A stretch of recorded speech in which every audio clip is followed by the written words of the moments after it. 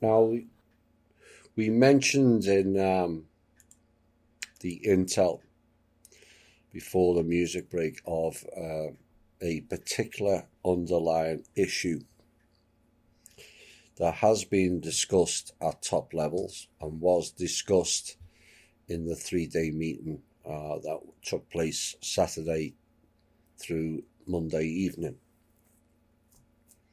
Now, it involves several factors of what has gone on previously. Elements of peoples and groups not being paid, elements of thievery on a mass scale that could have major geopolitical issues for America as a country. When many other countries really find out what has gone on globally, and the theft and skullduggery are all apportioned mainly back to one country, and that country is America. The fear amongst the top people is that several groups or countries may rise up and attack America because of what went on in the past. It is a big, real and serious problem that requires as much discourse as possible to provide the necessary solutions of what is potentially a global crisis. Now, one of the backgrounds into this is there has been the non-compete plan from 1976. I would suggest all in me we get my favourite GIF ready. You're not going to like it. Where the global elite designated companies, corporations and conglomerates to corner all and every market in what was essentially a ramp up of the harvesting plan of the former trustee. And these select companies were in every field of commerce, but let's just name a few of them that are known. The likes of Johnson & Johnson, Bayer, Microsoft, Go Ogle, Aramco, Walmart, Lockheed Martin, Boeing, Halliburton, Bechtel and Northrop Grumman, amongst several others. The deal was all these selected companies received their materials of whatever enterprise they were involved in at 50% of cost. Cue GIF. Not 50% of the final cost, no, but the raw materials are 50% of the saleable cost value. And this is what destroyed the farming industry in particular in this country alone. This gave them enormous power to corner all markets, not just in America, but globally. Because if you are a corner shop owner, for example, and the direct cost of bread is $1 a loaf, Walmart got the same loaf for 50 cents. How can you compete with that? Well, the answer is you are never meant to compete, only to lose your business and jobs. So the harvesting elites only prospered. The same applies with oil. All the certain designated oil companies received their barrels of oil at 50% less than competitors. So they got oil at, say, $25 a barrel and sold it for $50 to $70 a barrel or more to everyone else. And you would think that that type of gain was enough. But not for these parasitic psychopaths, it wasn't. They then set about stealing the oil for free out of Iraq and Iran, plus other oil-producing countries in that region.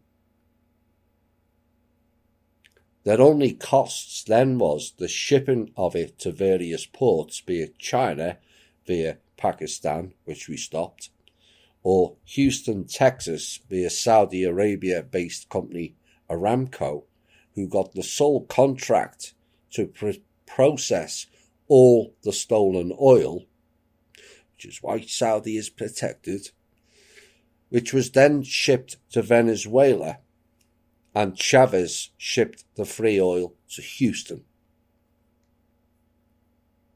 The Bush Group. And this is why America was getting so-called cheap oil from Venezuela, until Chavez and the Bush Group had a big fallout. And we all know what happens next when that happens, as JFK found out himself to his own cost. The Bush Group then went on to building another refinery, this time on the Mississippi, to cut other people out of the deals. The Bush Group, Langley 2, along with Obama, Langley 3, Netanyahu, and the Ayatollah Khamenei of Iran, yes, Iran, of all countries, Iran, are all in on this stolen oil deal, even though the same four were getting it 50% of cost.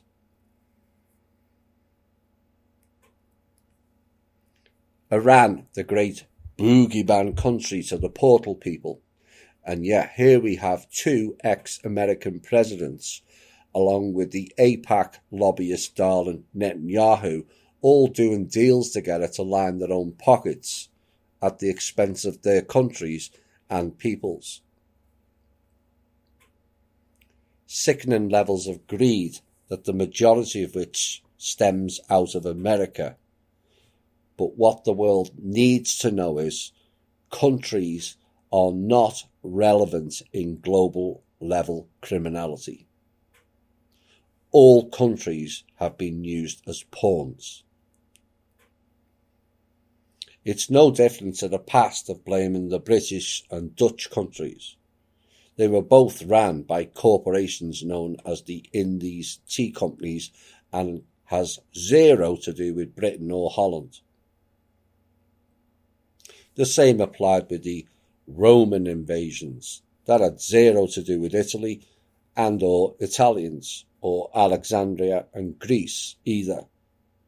We can go back further and mention Genghis Khan, which is Cohen, and the priest class operating out of Mongolia. The same applied to Germany and the Nazis. Every single one of those countries were used by the hidden psychopathic controllers to manipulate life, the countries, and the planet into turmoil. So the message to all the top brass in all the countries taking part in that is, don't blame the countries. The blame lies with the former system and its harvesting operations. So here is the solution part of fixing some of this global crisis at hand. First off, all militaries will be paid what they are owed or due, providing they walk away from the Rothschild clan and also the Order of the Black Sun. Your role will be to look after the people within your own country. Each country would then be responsible for their own people, which is what Trump referenced on Tuesday. Not alleged superpower countries, which is a myth, lording over them under the banner of protection, like Hawaii, Puerto Rico, and several other examples. All countries would become autonomous. The relevant militaries and armed forces would then go after all Rothschilds and Black Sun assets and operations. We would then sell off all their ill-gotten gains, all of which was looted out of the trust, and those proceeds would then go towards paying back the people within your own militaries, mercenaries even, and other agents, with a portion of the proceeds to go back to the trust. You will be funded as part of your budget with no payback to the trust for these operations. Secondly, let's use the various one example. We could list hundreds. Microsoft Centers and Bill Gates and his foundation. All of his knowledge was stolen from other companies. It's not his own. Split that group into several smaller enterprises and allow IT entrepreneurs to take over with their innovations. Not Palo Alto and the rogue CIA and NSA groups. They've done enough damage. And restructure all their companies into a cooperative business ventures under the guise of either directly or indirectly with the People's Club, be it into the foundation or the use of the Cooperative Business Model Directive. This then protects all the jobs. Assets sold off or ill-gotten gains from them would again be used to pay off those debts that America allegedly owes other countries, and a portion of funds will go back to the trust.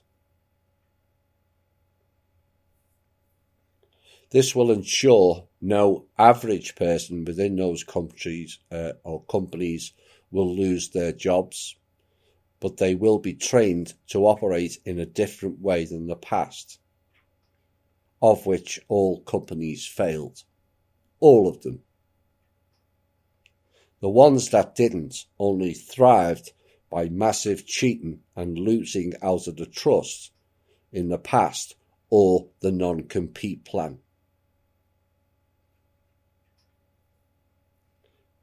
The next stage would be what is known as the families.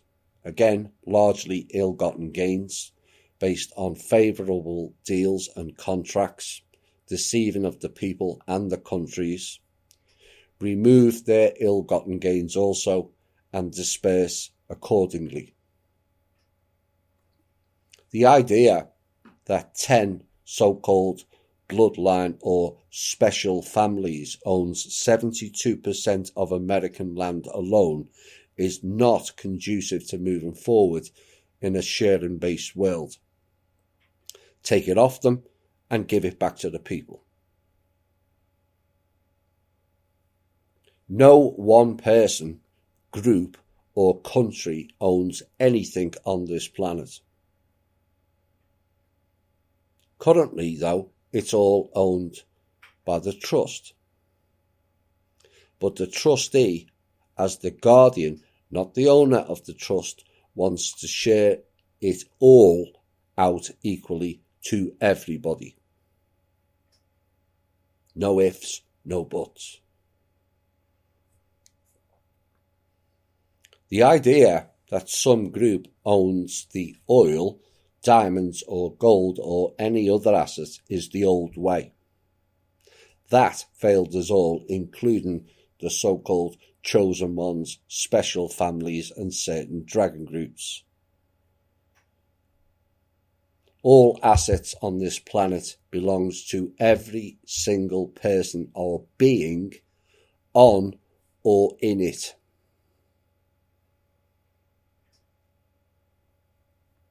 Yes, companies can be compensated for mining, say the diamonds, but that's all. They should not own the said mines. That belongs to us all. And once people globally understand that and deliver it, this world will become a much better place for it. No more fighting over land, countries, oil, diamonds, drug or fake religious ideologies. It all disappears. The military of the future should be a global-based military with no one country having any control, and whose sole task is to defend this planet only. So there is a brief outline how we wish to see the world correct the ills of the past. And not one word was mentioned over using violence. It doesn't require violence to carry out the above. Natural law, executive orders, old contracts revealed, and proof of their theft is all within the Fulcrum Files and could be made available to you all. There is no need to fight countries anymore. All of it was an illusion to begin with. Let's do a 180, correct the ills, and come together in peace and harmony. It's no easy task, we know. But where there's a will, there's always a way. We are ready to roll. The key question is now, are you?